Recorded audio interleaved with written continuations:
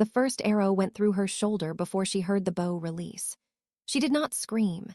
She pressed the cubs closer to her chest, 3 small bodies, all wet fur and trembling warmth, and turned her back to the trees so that whatever came next would have to go through her spine to reach them.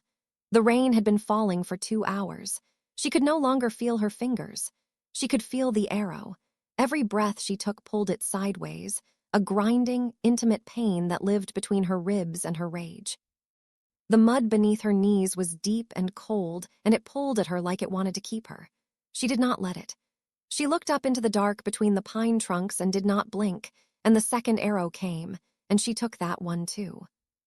Her name was Saren, and she had not been given it, she had taken it, the way all Omegas eventually take the only thing that cannot be assigned or stripped or auctioned at a bloodline summit. It meant quiet. It meant still water. It meant the kind of surface that looks calm because nothing lives beneath it.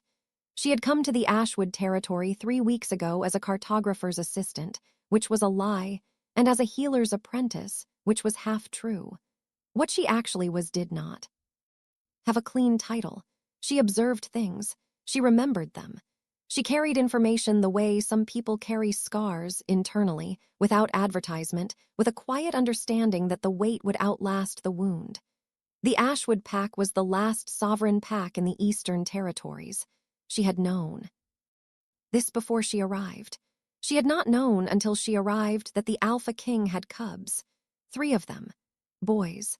11 months old and recently weaned and already carrying the particular gravity of their bloodline, a density in their small bodies, a quality of attention in their blue-gray eyes that made something in her chest go careful and still. Their mother had died in the spring. She had not been told this directly. She had learned it from the way no one spoke about it, from the shape of the silence around the Alpha King. When he entered a room, from the way the cubs' caretaker touched their faces with both hands every morning as if she was trying to memorize them.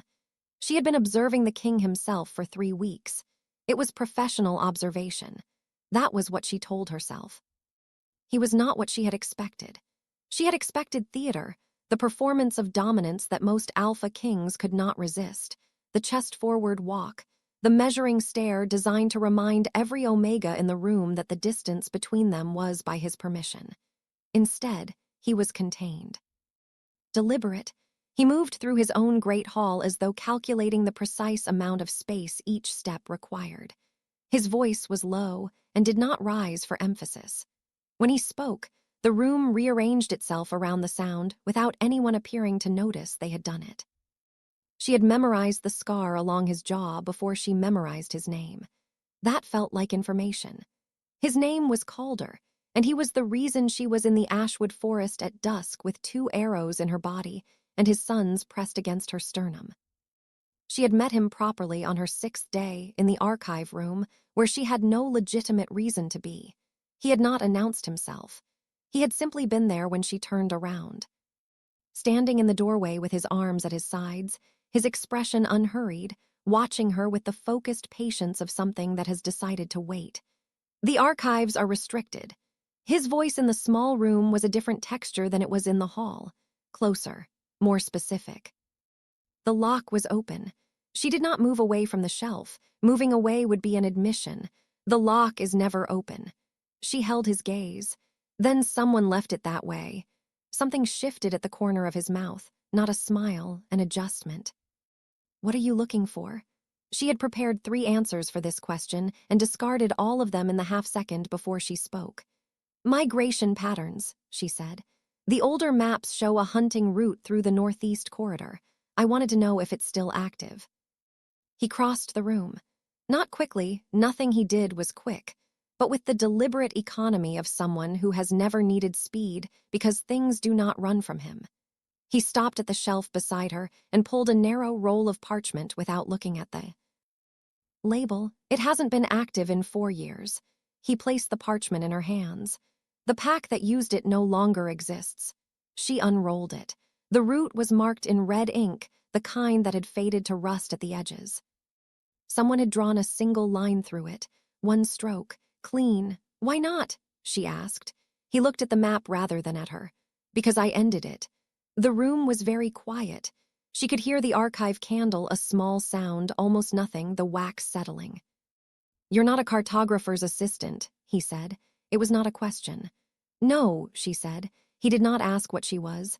He took the map back, rolled it with 2 practiced turns, and returned it to the shelf. "The northeast corridor is safe to walk," he said. "If you were wondering." He left. She stood in the archive with her hands open, and the specific feeling of having been read accurately by someone who chose not to say so aloud. The information that changed everything came on the 14th day, carried by a scout. Named Peary's, who arrived at the eastern gate with a broken wrist and not enough blood left in his face. Saren was in the courtyard when he came through. She saw him before anyone else. Registered what his arrival meant, the way he was holding his arm, the specific angle of his jaw that said he was staying conscious by decision rather than circumstance. She was across the courtyard before he reached the second gate. "How far back?" she asked, her fingers already on his wrist, reading the break without looking at it. "Hour." He was breathing through his teeth. "Maybe less." "How many?" "Enough to want the cubs dead before the king can build an alliance with the Western Pack." He looked at her with eyes that had gone very focused in the way of someone who has stopped feeling fear because there is no longer time for it. "They know about the summit. They know the cubs are the proof of bloodline. If the cubs don't survive..." He stopped. He didn't need to finish. She set his wrist, a quick, precise movement that made him exhale sharply, and tied it with the strip of cloth she kept looped at her belt, and she was moving toward the cub's wing before the knot was fully set. The guard outside the cub's room was a woman named Dara, broad-shouldered and skeptical of most things, including Saren, who had twice been found in places she wasn't supposed to be. Dara's skepticism was one of the things Saren respected about her. "There's an attack coming," Saren said. "Eastern approach." 1 hour. Dara looked at her with the particular expression of someone deciding very quickly how much to trust. "Who told you?" "Peary's. He's in the courtyard. Go check if you need to, but if you do, take the cubs with you." Dara did not go check. She opened the door. "Take them. Western passage through the mill room. I'll alert the king." Saren went in. The 3 cubs were awake. They were often awake at dusk, some inherited instinct for the transitional hours, and they looked at her with their father's quality of attention, that dense, evaluating stillness. She gathered them with the efficiency of someone who had, in a previous life she did not discuss, moved children through danger before. She made it to the forest before the archers found her. She was 20 minutes from the mill room, with the rain starting and the cubs beginning to understand that something was wrong from the frequency of her breathing when the first arrow came. She turned her back to the trees. She pressed them closer. She did not let the mud keep her. He found her on his knees in the clearing, and for a moment he did not move. She was still upright. That was the thing that stopped him. She was upright with 2 arrows in her body and his son's pressed against her chest, and she was looking at the trees as though daring them to try again. The rain had soaked her through. There was blood on the left side of her, real and dark and alarming, and her jaw was tight with the specific effort of someone who has decided that collapse is not available to them. He crossed the clearing in 4 steps and took the cubs from her arms, carefully, precisely. The way he did everything, and when he had passed them to the guard behind him, he turned back to her and said nothing for a long moment. Her hands were still in the position of holding. She had not moved them yet. Her body hadn't received the message that they were gone. Saren. His voice in the open air had a different quality than the archive. Rower. "Look at me." She looked at him. Her eyes in the rain light had the quality of still water when the sky above. "It is moving, everything reflected, nothing given away." "I'm going to move you," he said. "The arrows need to come out before..." "I know." He put his hands on her very carefully, the precise, deliberate hands of someone who has decided that careful is the only speed available right now. "I know what needs to happen." She let him. That was the part that cost her something, the letting. He lifted her from the mud with the same contained economy of movement he brought to everything, and she felt the arrows shift and said nothing. and he carried her out of the clearing as the thunder broke open above them. The fire in the healer's room had burned low by the time she was clean and stitched and lying on the narrow cot with her shoulder bandaged and her hands finally still. The room smelled of pine resin and the particular herb the healer used for fever, something sharp and green and slightly bitter. Calder was sitting in the chair beside the cot. He had been there for a while. She had been aware of him the way you are aware of heat, not always looking, but always knowing the direction. "You should sleep," he said. "I'm not good at that." He didn't respond to that. He was holding a cup of something warm, not drinking it, just holding it. His face in the low firelight looked tired in a way she had not seen before. Younger, somehow. The scar along his jaw was sharper in this light. "Why were you in the archive?" he asked, not accusatory, careful. She looked at the ceiling. "I was looking for information about the Eastern Packs, their routes, their alliances, their recent movements." She paused. "I work for a network that tracks destabilizing forces in sovereign territories. When a pack's bloodline becomes vulnerable, other packs move. I came here to find out who was moving." "And did you?" "Yes." He turned the cup in his hands. The fire shifted. "You could have told me. I didn't know if you were safe to tell." She turned her head to look at him. Most kings aren't. Something moved in his expression, not offense, something more considered than that. "Are you in pain?" he asked. The question landed differently than she expected. Not clinical, not obligatory. "Yes," she said, because the room felt like the kind of place where lying would be audible. He nodded once, like she had confirmed something he already knew, and he set the cup down on the table beside her without explaining why he'd been holding it. "Sleep," he said. "We'll talk in the morning." He did not leave. She was aware of him still there as she closed her eyes, the specific warmth of someone choosing to stay, and the fire burned lower, and the rain continued outside, and she thought, "I have not let myself want something in a very long time." The door opened. Dara's voice, low and urgent, and the quiet spell of the room broke cleanly. The men who had sent the archers were not subtle about their next move. They arrived at the gate of the Ashwood territory with a formal delegation. 3 representatives of the Ironfeld Pack, dressed in the careful neutrality of people who have decided that what they cannot accomplish through violence they will attempt through politics. They carried a document claiming the cub's bloodline was contested, that their mother's lineage could not be verified, and that under the sovereign accords, the cubs could not be presented at the Western Summit as proof of inheritance. Saren read the document from across the Great Hall, standing behind the second pillar with her arm in a sling and her expression unchanged, and understood immediately what it was: a delay tactic. If the cubs couldn't be presented, the summit would dissolve. If the summit dissolved, the alliance wouldn't form. If the alliance didn't form, the Ashwood territory would be isolated before the winter, and isolated territories in winter had a way of becoming available. Calder read it too. She watched him read it, the stillness of his face, the way his thumb pressed flat against the edge of the parchment. He set it down. He looked at the 3 representatives with the quality of attention that made rooms rearrange themselves. "The bloodline is not contested," he said. "I contest your claim." The lead representative, a man with the careful posture of someone trained in negotiation, began to speak about the accords. "I am the accords," Calder said, not loud, precise. "In this territory, my word is the founding document. You have presented a forgery and asked me to treat it as law." He picked up the parchment. "This is my answer."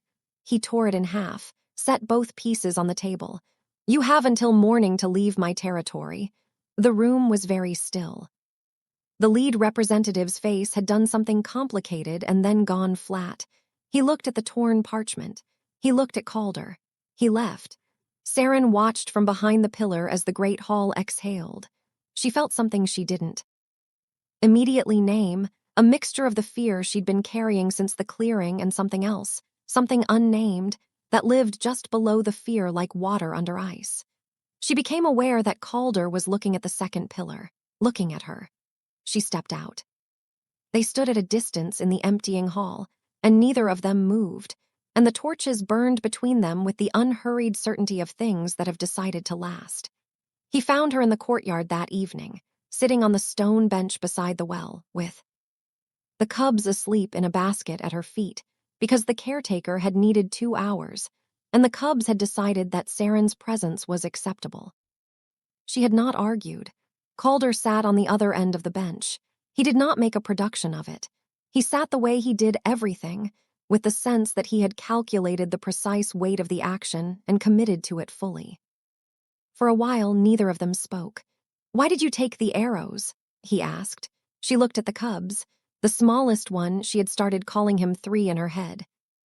Because he was the third, and names felt like a claim she hadn't been offered, had his fist pressed against his cheek in sleep. "They were in the way," she said. "That's not an answer. It's the true one." She paused. "I was in the way." "That's what I do. I put myself between things that are moving toward each other when the collision would cost too much." He was quiet for a moment. She could feel him thinking. "Why come here?" he asked. "To Ashwood, the real reason." She turned her head to look at him. His face in the evening light was the same as it was in every other light, contained, deliberate. But his eyes had that quality she'd noticed in the archive, the quality of choosing to wait. "Because someone needed to," she said. "Because you had enemies moving and no one watching the eastern approach, and you had cubs who are the proof of everything your pack is built on, and—" She stopped. "And—" His voice was unhurried. She looked back at the cubs. "And I saw a report about your territory 8 months ago.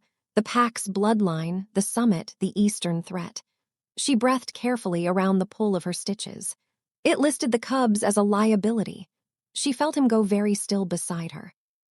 "I don't work well with that word," she said. The silence that followed was the kind that has weight, the kind that presses gently on both sides of a door before someone decides to open it. "You took 2 arrows," he said, "for 3 children you had known for 3 weeks because someone called them a liability in a report." She considered denying the simplicity of it. She didn't. "Yes." He looked at her for a long moment. Something moved in his expression, something careful and unguarded at once, a thing she didn't have a word for. "Some people protect what they love. You protect what you refuse to lose." She felt that land somewhere in her chest and stay there. "That's not different," she said. "It is," he said. "One is about you, the other is about them." He reached out and with the same deliberate precision he brought to everything, touched the edge of her bandaged shoulder, not the wound, not the sling, the very edge, where cloth met uninjured skin. One deliberate point of contact, then he took his hand back. "Rest," he said. "The summit is in 4 days. I need you coherent." He stood. He did not look back, but his steps across the courtyard were slower than they usually were, and she noticed, and she filed it away in the place where she kept things she wasn't sure what to do with yet. The summit convened on a clear morning, 4 days later, in the border hall between Ashwood and the Western Territory. Saren attended as Calder's formal representative, a title he had given her 2 days prior with the same contained directness he brought to everything, sliding the letter of appointment across the table and saying only, "You know the Eastern threat better than anyone here." That knowledge belongs in the room. She had looked at the letter for a long moment. She had picked it up. The summit was long and bureaucratic and required her to speak twice and listen for 4 hours, and by the end of it, the alliance was signed, and the Cubs' bloodline was formally verified in the record, and the Ironfeld Pack's claim was not only rejected, but entered into the permanent record as a fraudulent maneuver, which would follow them for a generation. She stood on the steps of the border hall afterward with the air turning cold and the Western Territory's tree-lined gold in the afternoon light, and she allowed herself, briefly, to feel the specific satisfaction of a thing that had been worth doing. Calder came to stand beside her. He had the signed alliance in one hand. "It holds," he said. "It holds," she agreed. They stood in the afternoon light for a moment, shoulder to shoulder, not looking at each other. Below them, in the courtyard, Dara was carrying 2 on her back and pretending not to enjoy it. 3 had found something in the grass that required his complete attention. One was watching the tree line with his father's quality of stillness. Saren had stopped calling them by numbers 2 days ago. She was aware of this. She was not ready to examine what it meant. "Will you stay?" Calder asked. She looked at the tree line. The question was specific and had layers. She understood all of them. "I don't know yet," she said. He nodded once, as though she had said something more complete than it appeared. "That's an honest answer," he said. "I'm working on that," she said. Something moved in his expression, the thing she had no word for yet, that lived in the precise space between contained and unguarded. He looked down at the courtyard, at his. Suns in the afternoon light, and she saw his jaw ease by 1 degree, the smallest possible softening. She looked away before she memorized it. She memorized it anyway. 3 weeks later, she was still in Ashwood. She told herself it was the recovery. The shoulder needed another 2 weeks. The stitches had been stubborn. She told herself it was the work. There was a full cartographic survey of the eastern approach that no one had completed in 4 years, and someone needed to do it properly. She told herself many things, with the discipline of a person who has long practice at internal arguments. On a Tuesday morning, she was sitting in the archive room with 3 maps open on the table and a cup of something warm in her hands, and the door opened without announcement. 3 small bodies crossed the room with the particular determination of 11-month-olds who have recently discovered that locomotion is available to them and intend to use it extensively. She set down the cup. They arrived at her feet and looked up at her. Asher, Brynn, Cale. She had given them names in her head. She had told no one. She was aware that this was, on some level, already an answer to a question she hadn't been asked yet. She reached down and lifted Cale, the smallest, the one who pressed his fist against his cheek when he slept, and held him with the careful competence of someone who has learned that the things worth holding require both hands. The door was still open. She looked up. Calder was standing in the doorway with his arms at his sides, watching her with the focused patience of something that has decided to wait. His expression was the same as always, contained, deliberate, but his eyes had the quality of still water in morning light, everything present, nothing. Hidden, she looked back down at the child in her arms. The archive candle burned with its small, consistent sound. Outside, the eastern corridor was quiet. She stayed, and